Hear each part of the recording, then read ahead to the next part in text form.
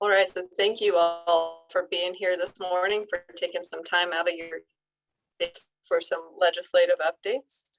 I'm really pleased to have the presenters we have here today. My name is Rebecca Samolsky. I'm the director of Fire Adapted Colorado. We are a nonprofit that provides a statewide platform for information sharing and forward-thinking discussions related to wildfire issues in the state. We act as a connecting force, working with a collective voice aimed at creating safer and more resilient communities living with the threat of wildfire in Colorado. And we're doing this session here today, comes out of a little bit of discussion with the Post-Fire Learning Exchange for Local Governments that the DOLA Resiliency Office has brought together following a couple of tough wildfire seasons here in Colorado. And with also some impetus from State Forest Service and Colorado Emergency Managers Association folks who I see here on the call today, who said, hey, we need to do some legislative updates. And I said, yeah, let's do this. We're mid-session and wildfire is a really hot topic this year. So we wanted to open up this opportunity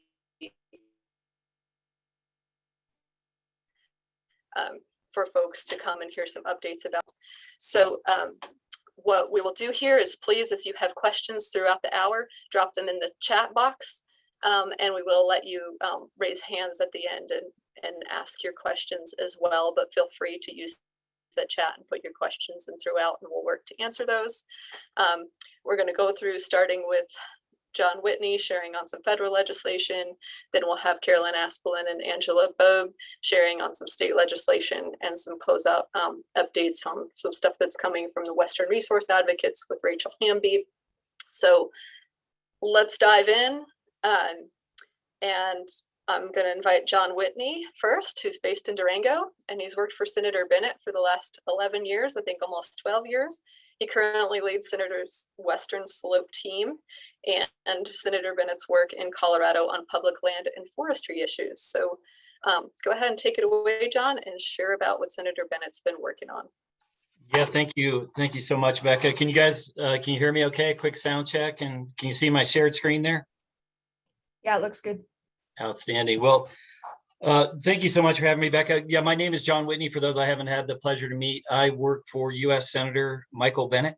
I am his Western Slope Regional Director, which means I oversee our operation on the Western Slope. I also lead the Senator's work in Colorado on forestry and public land issues. I am based down here in Durango, Colorado, in the southwest corner of the state, and I've been with Senator Bennett for about 11 years. So great to be here today to kind of share some of his thoughts and ideas and work on forestry issues, which is certainly something that he thinks about quite a bit. I mean, you know, Becca mentioned the bad fire seasons we've had. I mean, that, you know, we're entering a new era, a new time where we're seeing things that we never thought we'd see with the behavior with fires out on the landscape. You know, the Forest Service tells us there's, you know, they're seeing behavior they never thought they'd see before. So the challenge is big. And, you know, we, as we work with the Forest Service here and, you know, thinking about what they need, you know, they've kind of identified that they think the time has come to go big. As have a group of scientists that sent a letter to Senator Bennett, a lot of the, you know, best minds in the business a couple of years ago, December 22, sent Senator Bennett a letter and said, hey, you know, we need to really think about taking on forest conditions in the West. And to do it, we can't think small. We need to think about 40 to 60 billion. With climate change driving these rapid changes in our forests, we just really need to shift our approach. And we're hearing similar messaging from the U.S. Forest Service. Deputy Chief Chris French testified to the Senate with Michael and others, and just noted the scale of the crisis with some facts and figures there on the screen. And, you know, Senator Bennett really prioritizes his work in the U.S. Senate. He serves as the chairman on the Senate Subcommittee on Forest Conservation and Climate Change, which is subcommittee. It's a subcommittee on the U.S. Ag Committee, Senate Ag Committee. And, you know, so Michael really knows a lot of this work is up to him with that leadership role. And he's done quite a bit of that work in the past. The last two farm bills, which is really where we've got a lot of our forest policy work done as a nation in the last decade or so. Michael's either been chair or the ranking Democratic member on the committee. And we have a long history of putting together good, bipartisan forest packages in those last two farm bills and looking to continue that. I think where Michael's thinking is on this is, we really need to think about a front end approach to forestry in this era of climate change. We are spending the money now on the back end. You'll see some figures there. We're spending 17 billion a year in these bad years. We've got 67 billion we've spent in the last 5 years. And I think Senator Bennett's thinking is, if we're going to be spending the money, let's spend more of that on the front end with the mitigation and the forestry work so that the fires are not so bad. And so his approach to that has been to put together, a really big, broad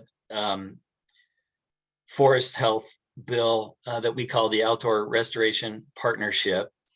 And this is not an unambitious bill. This is probably the biggest, boldest bill that has been put forth on forest policy in the Senate in about a decade. And it does come with a big price tag of $60 billion. But as we saw, that is what our experts are telling us. That is what the forest scientists and the agency folks are telling us we need to do if we're actually going to really make a dramatic change in the condition of our forests. So the bill we've got on the table would allocate $60 billion over the next 10 years. And we would break that down into two big funds, $40 billion of which would go to the Secretary of Agriculture, i.e. the Forest Service, to work on wildfire and watershed restoration work. And then 20 billion of it would go to local governments and collaborative groups to do the work directly. That's one of the big changes we're trying to encourage, is to recognize that there are so many folks from state, local governments, and these forest collaboratives that are all over Colorado, that they know how to do the work. They've got the science, they've got the know-how, they've got the coalitions on the ground. What they don't have is the investment from the feds. And really, only the federal government can make an investment significant enough to do the work that needs done. One other thing I want to note about this bill is it's not just forest provisions. There is a lot of watershed component to it, looking at USDA agencies like NRCS and the important work they do through the conservation title of the Farm Bill and other programs like EQIP. So we are looking to get some funding to that group as well. In the Senate, we've partnered on this bill with Senator Wyden, who's from Oregon. He's obviously a big forest state, and he's also chair of the Senate Finance Committee, which is a very powerful and influential committee that moves money around in the Senate.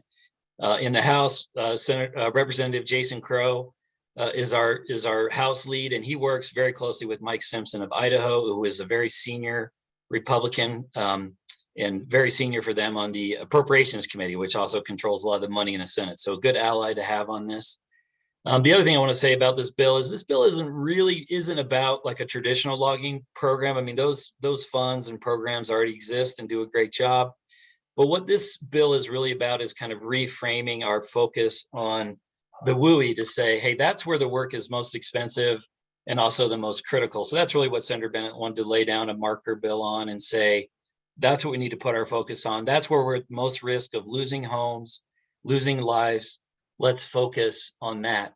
So we've worked quite a bit on this bill with a lot of national and Colorado partners. And here's just kind of a sampling of the kind of folks that have thrown their formal support behind this initiative. We've got deep, broad support all over from Colorado. First and foremost, proud to have the Colorado Department of Natural Resources, big water providers, the Colorado River District, Denver Water, a lot of environmental groups, local government entities. And then at the national level, we also have a big, strong, broad coalition of the typical forest operations and entities, American Forests and the state foresters, but also the environmental groups. And really that's a lot of how Michael does his work is, we want to build a big, broad coalition here to be able to survive the push to get this over the finish line in DC. That, you've got to make things bipartisan and broad if you're going to have a chance of success. So we've got this coalition, and now Senator Bennett is spending a lot of the last 2 years talking to anyone and everyone in DC about the importance of this issue. I mean, he's knocked on the president's door. He's knocked on the door of the Senate Majority Leader, and he said, look, this is a slow moving catastrophe that we have to get ahead of. And at times he's been really helped by that argument, as smoke from our fires out west has drifted all the way back to New York City and DC, and has really helped him, make the argument back there about how important this is. And so as we can continue that work, we've got one really significant win down and done now, and that is, in the Bipartisan Infrastructure Law, also known as the BIF or the IIJA. It's got more names than you can shake a stick at. But we got a big win in that bill by getting $5.5 billion in forest funding, kind of broke down into two big pots, $3.4 billion for wildfire risk reduction and $2.1 billion for ecosystem restoration, for fire recovery, good neighbor, state and tribal work, etc. And, excited to get this, but in our thinking and Senator Bennett's thinking, it's really just a down payment. It's going to put us in a great place for the next couple of years to have this money to spend. But as we have talked to the agency folks about how far this money is going to go, it's clear it's not going to go far enough. It's going to make a big impact. It's going to hit some priority areas, but it is not going to be enough. Here's some more details about, all the different projects that are going to be funded. These are kind of the highlights of things that'll get some money from the big bipartisan infrastructure law. Great stuff. A couple highlights there: emergency watershed protection program, really critical for those post-fire recovery efforts, and lots of other good stuff. Particularly, good money for the hazardous fuels reduction program with the Forest Service. But again, we don't think it's enough. Couple other things that were in the bipartisan infrastructure law that I want to flag. We were able to authorize by law the Joint Chiefs project. That currently exists as a partnership between NRCS and the U.S. Forest Service, and Senator Bennett is a huge fan of that project. We've seen it on the ground in Colorado in places like Pagosa and Fort Collins, where it really played a critical role in some work there. But it has never been authorized by law. So one of the things this bipartisan infrastructure law does now is authorize it by law. Senator Bennett had an amendment on the bill when it was on the Senate floor that got that inserted in and will make it a permanent program and also double its funding as well. Replant Act is another highlight of that legislation. That is going to take away our cap on reforestation and give us about 100 million more a year for replanting and post-fire restoration on national forest land. So, by the way, I should mention that on the back end of some of the wildfire recovery funds in the bill, important funds, getting 300 million more for EWP and some more money for Bear. But for those familiar with Bear, we're having more and more conversations with the Forest Service, and that's the Burned Area Rehabilitation Fund. It seems to us that fund is broken and it just cannot handle the era of mega fires and be able to get the dollars out quick enough and sufficient enough to get the job done. And we're seeing that right now in the recovery from the Cameron and East Troublesome fire. We don't have enough money yet to do the recovery work there. We're still working on that. That's kind of a whole side project I won't go too deep into. We did get 79 million from the Forest Service from a bill that Senator Bennett worked to attach some supplemental funding to, but it's still not enough. We're still working with the governor's office and others on that funding. And we think moving forward, it's something that has to be on the to-do list, is how we fix that funding mechanism to make sure we get those dollars out. That's probably going to be something for the next farm bill to consider. One other thing I wanted to flag from the bipartisan law is it does set up a great wildfire commission that's going to look at recommending prevention and mitigation changes to do the job better. And I think I already mentioned the Replant Act.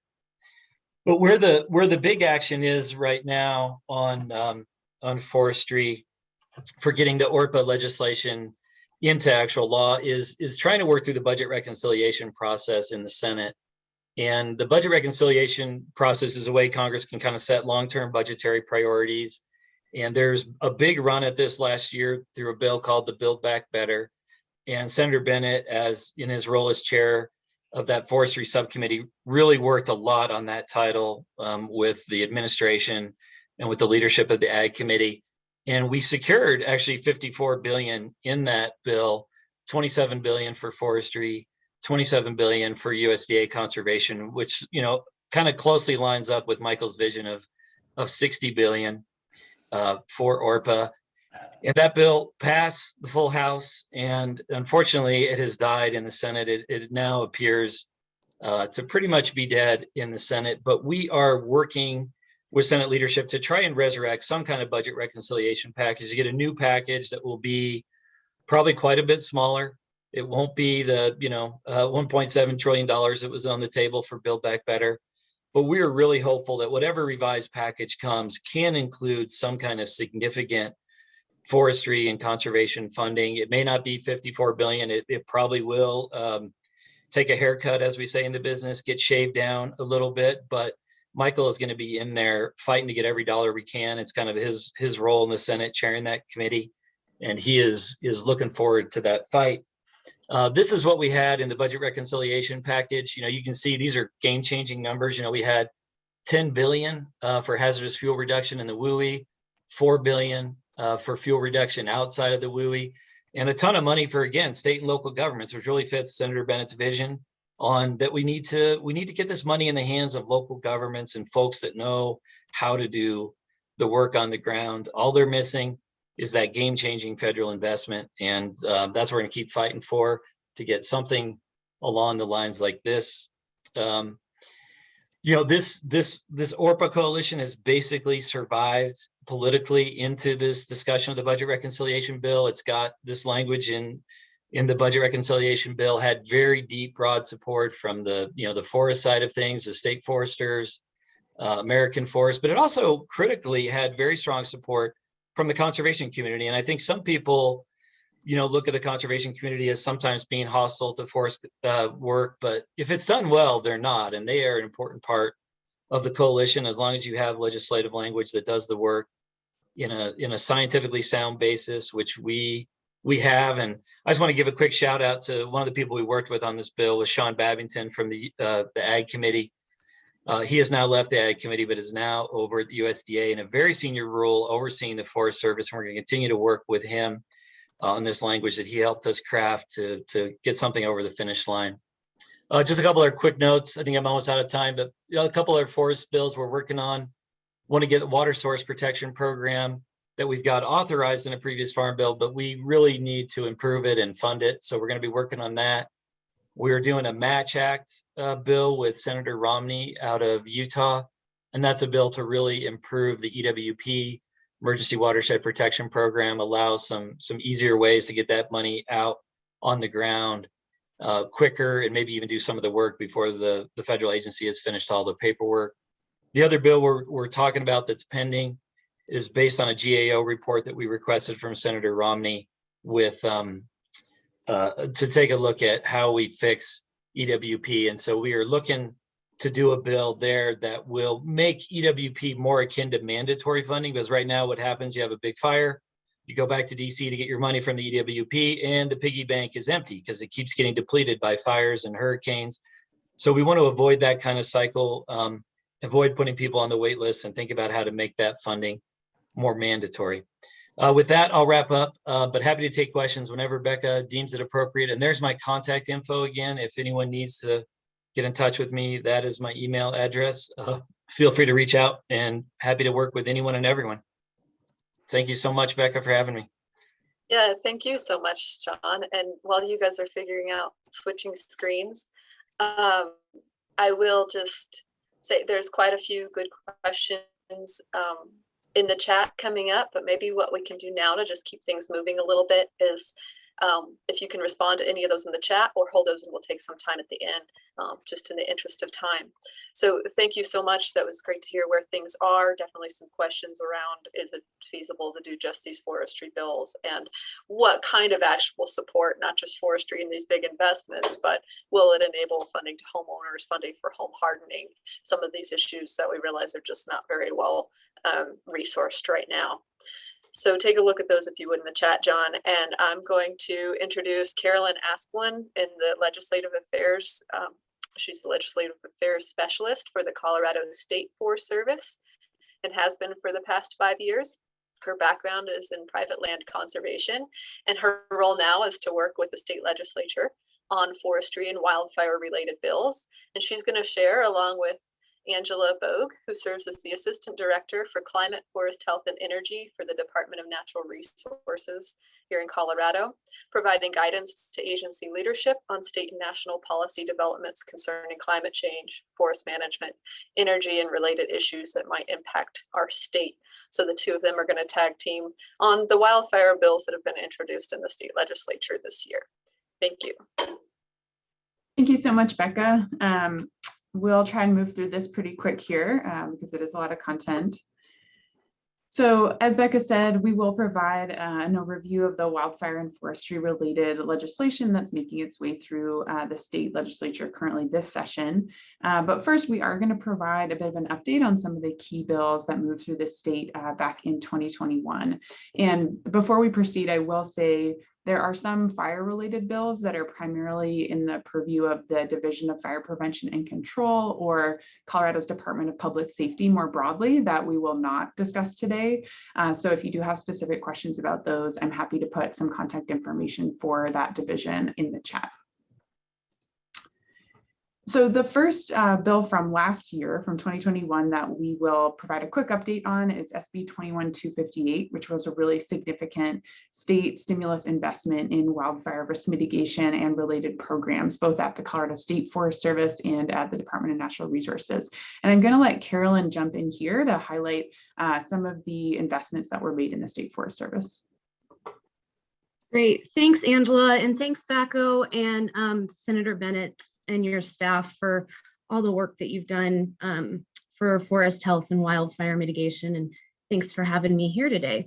We wanted to go kind of step back a little bit to last year's legislative session and talk about some really big game-changing bills that came through for us. So one of the first ones is this 258 for mitigation stimulus. So this is a one-time fund coming to the CSFS, and we got $2.5 million for our forest business loan program that's just needs more funding, is underfunded, and is utilized quite a bit by our partners. And then we also got $5 million in the Healthy Forests and Vibrant Communities that supports capacity and things for wildfire mitigation within the State Forest Service. It also provides to hire full-time staff to be working on community wildfire protection plans. These are hugely important around the state, and we need to be updating the ones that are out of date and funding new CWPPs as well. Great, thanks, Carolyn. So the other piece of 258 was specific funding for fuels treatment for wildfire risk mitigation work. That funding, it's over 17.5 million exactly, was used to form what's called the Colorado Strategic Wildfire Action Program, COSWAP, and I can share the link to the website for the program in the chat. This program is a partner program between the Department of Natural Resources, Division of Fire Prevention and Control, and the Colorado State Forest Service. We are working together to implement it. And it had several components. One was we completed a strategic analysis with federal partners to identify areas of the state to make investments to really protect life, property, and infrastructure from wildfire through fuels treatments. It also calls for an organizational assessment of state wildfire mitigation programs, which is something that we are getting off the ground now, developing an RFP for consultants to do that work. It also prioritized workforce development, primarily through Youth Corps and Department of Corrections SWIFT teams to do hand crew work around the state. And it has a landscape scale wildfire mitigation project component where we're directly funding some larger scale projects. And again, it's, as Carolyn said, it's one-time stimulus funding, has to all be obligated by June 30th of 23. And we've had some exciting developments. The workforce development component of this program is off and running. Grants are available now, and we'll share these slides so you can access the website for hand crews, either through Department of Corrections or conservation corps throughout the state to perform fuels mitigation work.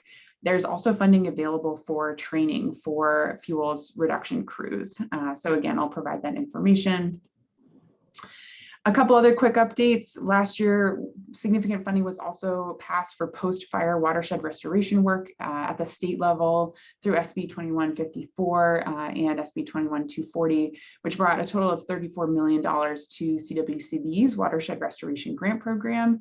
The majority of those funds have been allocated largely to the watersheds impacted by the Cameron Peak Fire and the East Troublesome Fire, as well as the Grizzly Creek Fire from 2020, to work with some of those federal funds through EWP and other sources to do some of the slope stabilization and other work that needs to be done.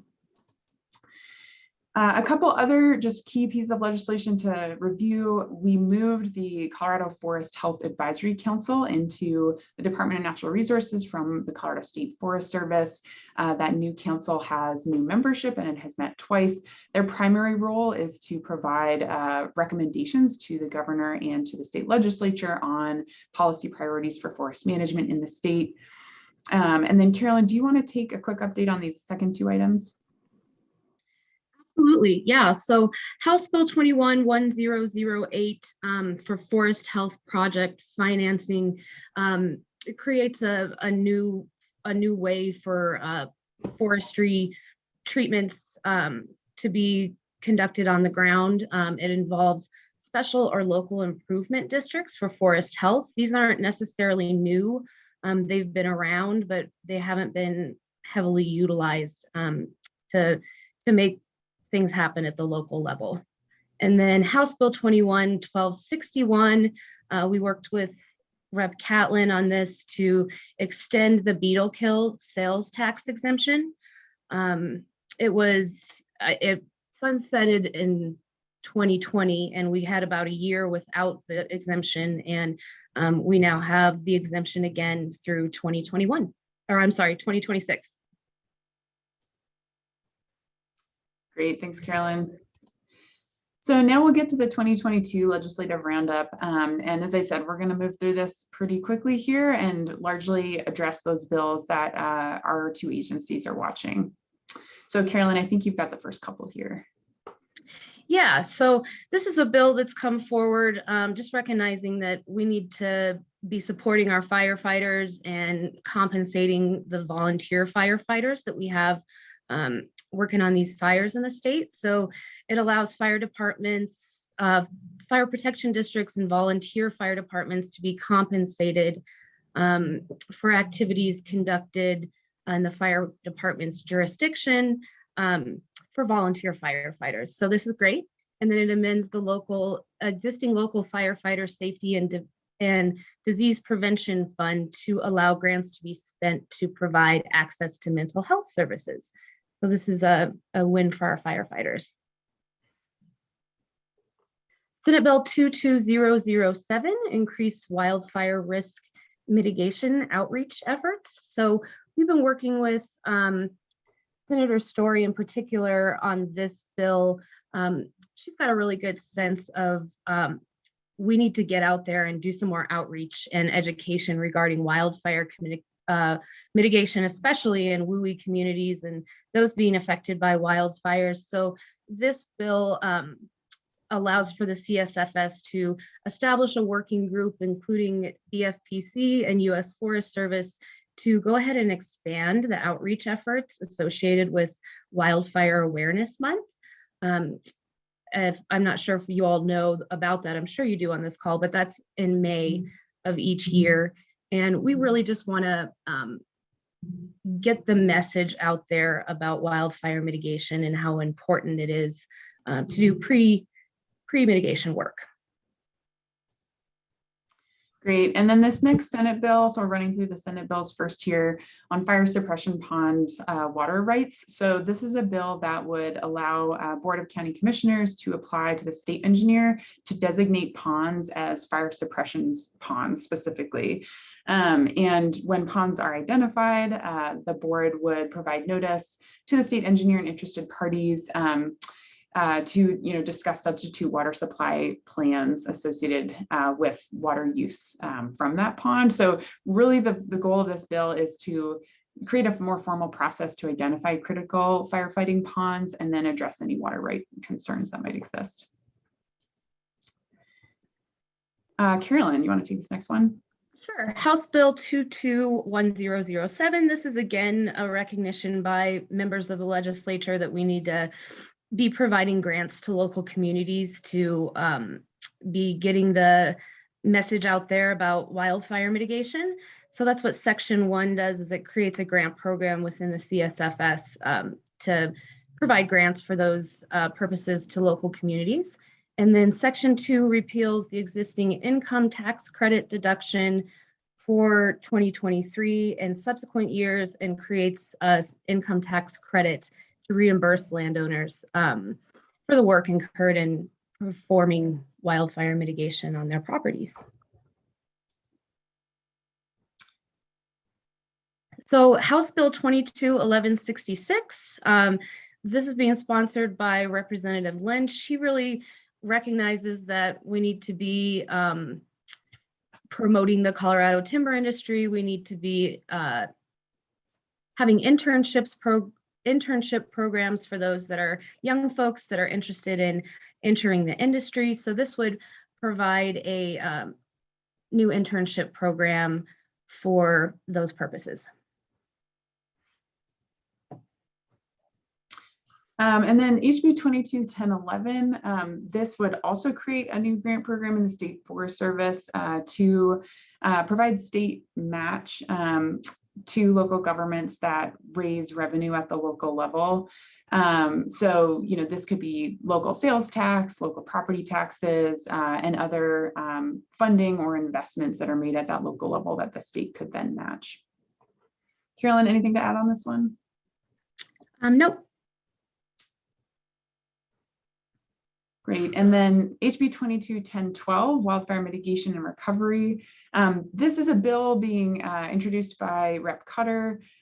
She has a real interest in the sort of climate change impacts of forest management, and she is proposing a new program, a new grant program that would provide funding to counties to support post-fire biomass removal in a way that reduces the amount of carbon that enters the atmosphere.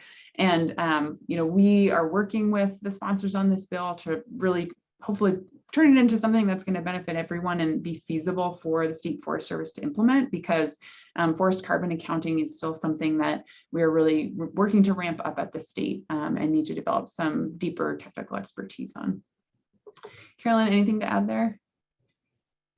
Nothing to add there, but I did want to cover a bill that from last year that I don't think we had mentioned yet. Yeah, please do. Okay, so yeah, this is an important bill that I wanted to talk about as well.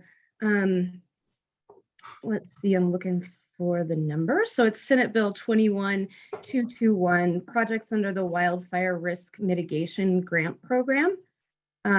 So in the past, our furworm grant program has been funded based off of severance taxes, and we were in tier 2 of the severance tax funding. So many years with the volatility of oil and gas money coming into the state, CSFS wasn't able to get really any money for the program. Our full allocation prior to this was $1.05 million per year for the furworm grant program.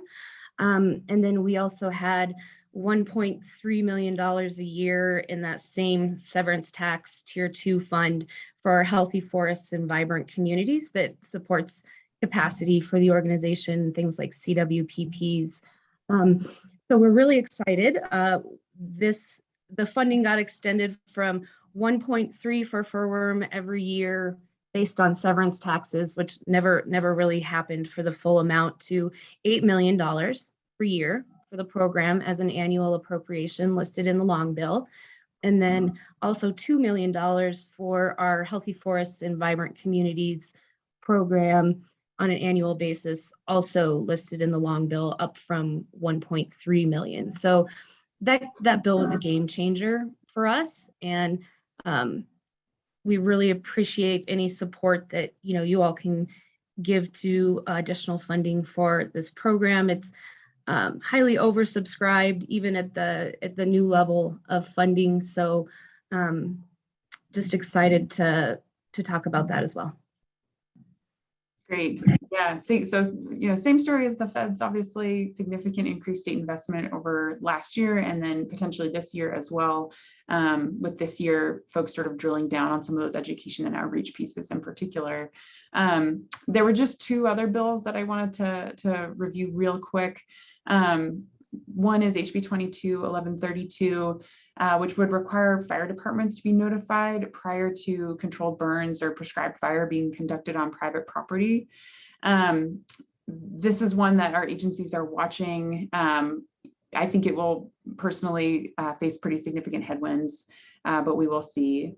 And then the other one just to mention is the Wildfire Camera Pilot Program, HB 22-1148.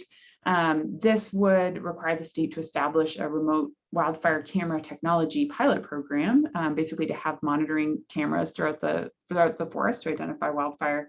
As written, it would put this program in the Colorado Water Conservation Board, but our agency DNR is advocating for this to move over to Department of Public Safety, and so those conversations are happening. And I believe that's it. So there's Carolyn's contact info. I'm really, filling in today for our legislative director, Alice Cosgrove Horgan. So please contact her if you have any further questions. And then the last item here that is linked, and again, we'll share these slides, is a public wildfire mitigation grant and funding library that DNR staff have put together to help organize some of the information that we presented today in terms of what's available and how to get there. So thanks. We're happy to take any questions. Thank you both, and there have been quite a few questions in the chat. So I just want to, I guess, to all three of you who have shared so far, would you guys be willing to share your slideshows for me to send out with information to people who registered and are here today? Okay, so we had a few requests for that, so we can share the slideshows in addition to the recording. There was also a specific question, I guess, back to John, regarding if it's realistic to propose a standalone bill specific to wildfire and wildfire mitigation at the federal legislative level, or does it always kind of need to get wrapped into that spending bills? Yeah, certainly I think you could say ORPA primarily is, a big standalone bill that's primarily specific to wildfire, mitigation, a little less on the recovery side, but the name of the game in DC is to figure out how you can get something through. And for the kind of investment we need, that's why we've targeted the budget bill, because, we work with the Appropriations Committee on, the regular funding for these things that are out there. We've been in negotiations with them the last couple of weeks, specifically to try and get some more recovery dollars, really trying to flag that as a priority for Cameron and Troublesome. But, those routes aren't going to be enough. To make a systemic change in the federal government, we just, think, you need something that really fundamentally alters the way the feds budget on wildfires and forests, and a budget reconciliation bill is kind of the best way to do that. And then I can also address Jamie Gomez's question now, if that's helpful, or I could do it later. Go ahead. So, Jamie asked a great question about, and pointed out that this 5.5 billion is, it is the biggest single investment in this kind of work, which is a great thing. And I don't need to minimize how significant it is. It's a huge win, but I think what we're going to see is it's not going to go as far as people think. I think we're going to see the Forest Service really focus in on the priorities. And for those not familiar with their 10-year plan that they just rolled out, a revised version of a little bit ago, they identify priority fire sheds in Colorado. There's the Front Range, and down here where I am in Southwest Colorado, I think that's safe to say that they're going to probably focus most of the efforts and funding on those areas. And I think a lot of that is they want to do exactly what you're saying, Jamie, is make sure the money looks well spent. And I think they feel like they need to make a big, hard push in those priority areas. But, frankly, that's probably going to leave a lot of other areas without a big plus up in funding to do the work. And that's why I think we're, feeling, that's why, we got to keep fighting for these additional billions. Yeah, thank you. And I think a tag onto your to your point on the post-fire stuff and looking for funding around that, there was a question also kind of directed towards Angela or Carolyn, if you can answer it, on House Bill 221012, and that being able to be used as match for the federal grants. Is there anything that would prohibit it from being used as match or directly enable it? That's a great question and one that we can chase down unless Carolyn knows an answer. I don't know that there's anything in the bill that currently prohibits that, but we'll investigate. Yeah, I don't think there's anything in there right now that prohibits it, but we'll get back to you on that. Okay. And then just I guess another question, because I'm seeing some questions about, posting your information to contact you guys, but for all of you, kind of what is the best way for people to engage and track some of the stuff on their own? I did put a tracker in the chat that Rachel will share a little bit more in a minute, but is it really, should they be calling you and saying, hey, what about getting this into there? Or are there other better mechanisms if they have questions directly related to these bills? Sure. So I provide an update to our internal staff of the legislation that's currently going on and kind of where it's at and where it's headed on a weekly basis. And I'm happy to include whoever else would like to be involved or on that mailing list as an update as well. And, I too kind of maintain an email distribution list on fire and forestry policies. And I don't bombard people. I mostly just send out updates on things Senator Bennett is working on. But if anyone wants to be on that email, they can email list. They can feel free to email me and just with a quick thing in the subject, say, hey, add me to your forest list. And, I'll have any, big updates on, this ORPA funding or this forestry funding, anything related to that realm, I generally send out to that group. And then as far as tracking stuff at the federal, it can be hard. I spend a lot of my time trying to keep up with what's going on. There's some publications I find very helpful. E&E News, which unfortunately is not a cheap subscription, but they do a pretty good job tracking where things are at with natural resource policy in our nation's capital. Politico can be good as well. They actually own E&E News, and sadly, since they bought it, I don't know that it's quite what it is. But hey, also I wanted to just while I was speaking, just throw a shout out to the state folks. It is amazing to see what DNR and this state administration is doing. I've never seen anything like it from state government, the way they are prioritizing, fire and forestry efforts. I mean, it is clearly an enormous priority for this governor. And I think he is, working closely through his departments and DNR to do that. And it's really incredible to see what they're doing. I mean, and the money and the investment they're doing, in some cases, frankly, picking up the slack for the federal government, like on the fire recovery dollars. I mean, we've been a little chagrined on the federal side that the state has actually had to put dollars onto federal recovery. And I think that speaks to the fact of how broken that fire recovery component of the federal system is. And that's certainly why it's on our radar to make a run at trying to address that.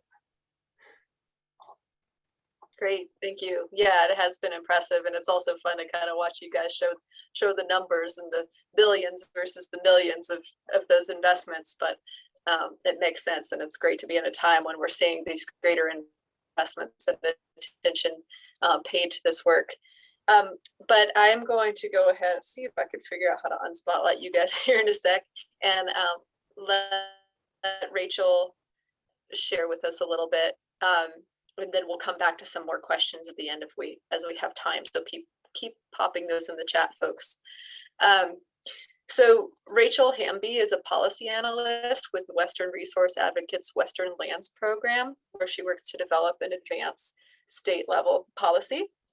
And state level policies that conserve landscapes and wildlife habitats in several of our Western states. And her portfolio includes state level policy related to prescribed fire and land use planning and funding for wildfire mitigation and resilience in Colorado and Montana. So I've had the pleasure of working with her a bit over the past, 6 or 9 months on some wildfire issues in Colorado. So let me just change spotlights and go ahead, Rachel. Feel free to come off of mute and join us. Awesome, thanks a lot, Becca. Great presentation so far from our other panelists. It's a pleasure to be here with you all. As Becca mentioned, I'm Rachel Hamby. I'm a policy analyst in the lands program at Western Resource Advocates. And we've been engaged in a particular project to develop and advance state level policy related to prescribed fire, land use planning, and funding for those and other wildfire mitigation in both Colorado and Montana. And as part of that, I've had the privilege of working with FACO and many of you on this call and many others in the wildfire and forest health community across the state to help think through what are some of the barriers at the state level, in particular to increasing the use of prescribed fire in the state, and what might be some potential solutions. So just wanted to acknowledge the great discussions and brainstorming that I've had with many of you over the past year or so on that. And based on that, we had last summer started to put together kind of a high level agenda of potential policy solutions that we might work to advance at the state level. Last summer also, at kind of the last minute, I had the opportunity to present to the Wildfire Matters Review Committee, which is an interim committee at the state legislature, on some of these policy concepts that we had developed. So that was a lot of fun. And following that presentation, I received interest from Representative Perry Will, who is a Republican representing Northwest Colorado, and Representative Lisa Cutter, Democrat representing Jefferson County, in one of the concepts that I had proposed in my presentation, which was to establish a right to burn here in Colorado to protect the ability and right of private property owners to use prescribed fire on their property in the right conditions when done safely. So Reps Will and Cutter asked us to develop a bill a little bit further that they were going to be interested in co-sponsoring as a bipartisan bill. So we did that, knowing that the timeline was going to be a little bit tight, but we kind of scrambled to put something together. So the bill concept that we developed used Florida's right to burn as kind of our starting point and model. And then we drew on some other examples as well. But the bill concept that we developed does a couple things. It establishes prescribed burning as a private property right and as a public benefit, and not a public or private nuisance. So offering a little bit of that sort of umbrella protection to private property owners. We also carved out a path for prescribed burns that meet a whole list of safety conditions to be kind of put on an alternate pathway where they would not need to go through a county open burn permitting system or be subject to a county burn ban, again, if they have met a whole other series of other conditions, such as having a written and approved burn plan, getting a smoke permit, notifying the local fire department, a whole host of other safety parameters that they would have to meet. But if those were met, you would not need to get a county permit or be subject to burn bans. And the goal here is to provide prescribed fires that are done safely and in the right way, just to take down one additional of those kind of barriers that practitioners have mentioned that they experience in using prescribed fire in the state.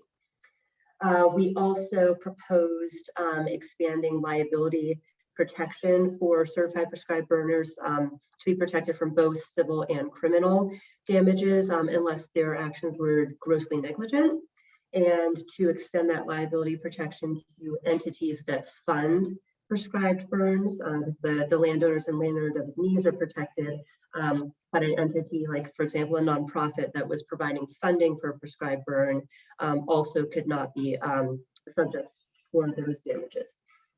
And then the third thing that it did was to create a claims fund for damages for which the burner was protected. You still want a way for people whose property has been damaged to be made whole. And then that also was designed to make it a bit more attractive for the insurance industry to re-enter this market and feel more comfortable insuring prescribed burns, knowing that there is that backstop fund in place.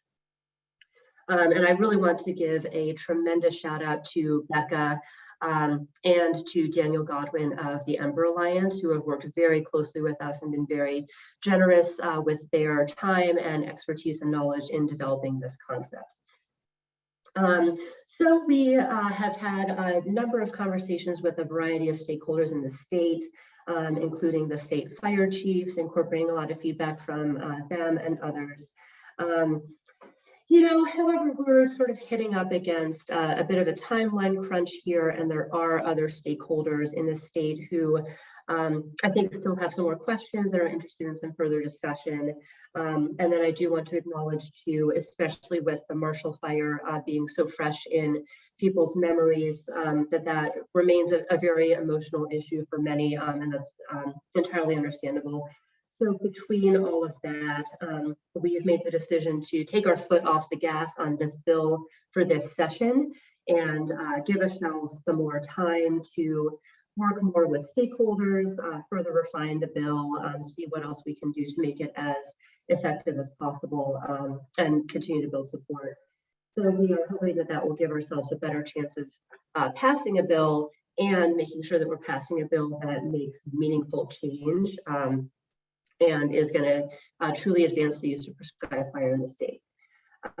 So we will be continuing to work on this and collaborate with folks, and I certainly invite anyone on this call who is interested in being involved in that at any level that is appropriate for you to reach out to me, and I'll put my contact information in the chat as well.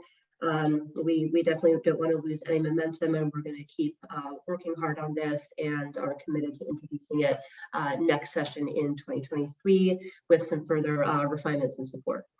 And then before I go, I will just mention again the legislative tracker that Becca mentioned. I maintain this very informally. It's a Google Doc.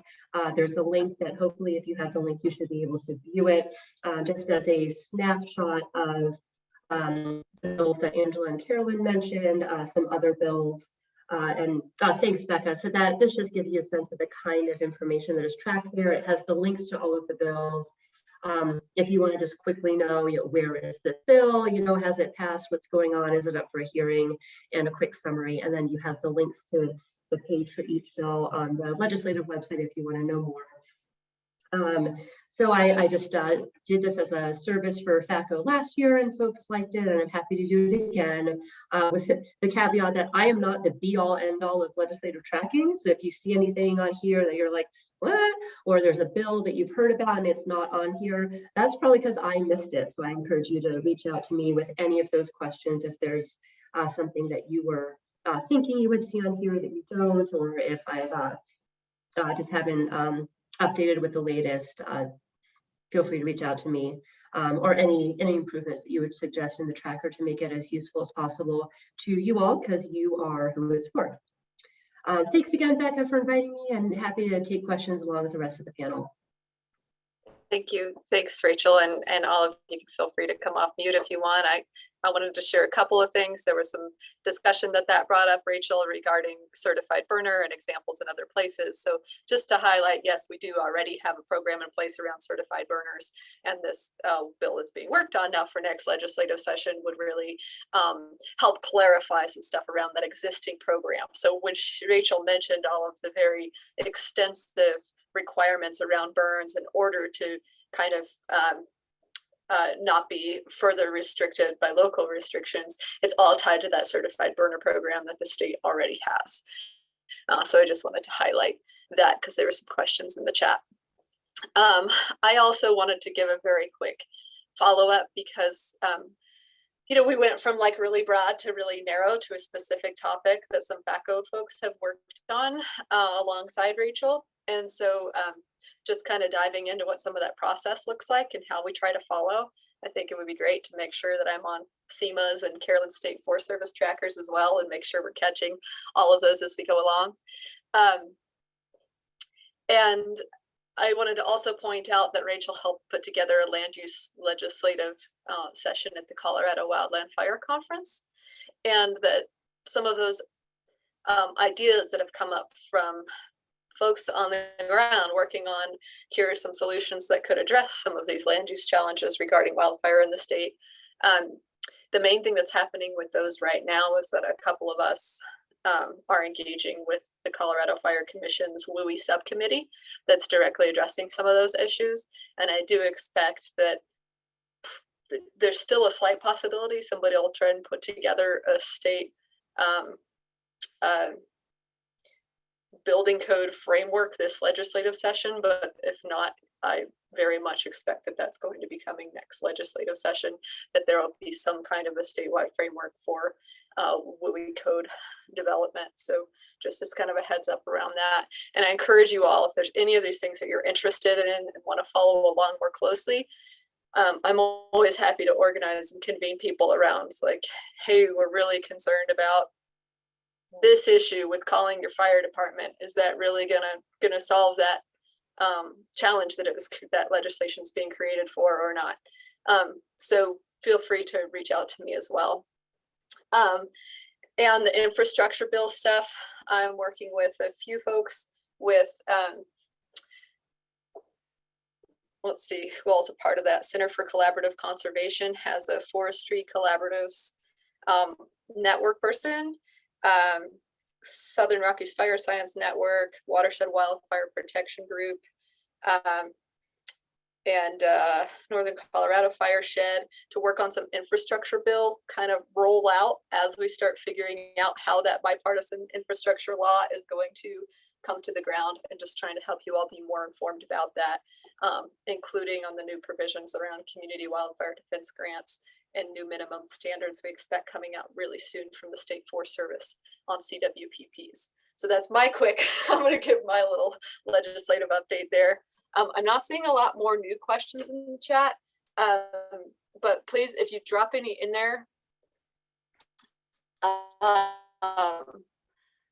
yeah, great advocacy from Laura around the importance of being able to burn those piles, going along with our defensible space projects, and all of this ties together. So I think it's great to hear about some of the funding, but really it comes down to what many of us know in the field works and doesn't work in different specific localities, and how do we make that, like John was pointing out in the beginning, how do we make some of that funding available to these really local place-based solutions that many of you have helped to deploy in your areas, to meet all of the needs, not just the big needs around cutting trees or doing something with the biomass, or having more money for more acres, but how do we kind of fund all of the solutions? I'm going to go ahead and share a quick feedback poll, because I would love feedback from you all. We are right at about noon right now, so if you get a chance, please fill out that poll before you head out. And thank you so much, John and Carolyn and Angela and Rachel, for sharing with all of us today. And I'll leave it open for a few minutes if folks want to just drop any further questions that we can look for answers back from these guys on, or that FACO can look for answers for you on. So thank you everybody for your time today.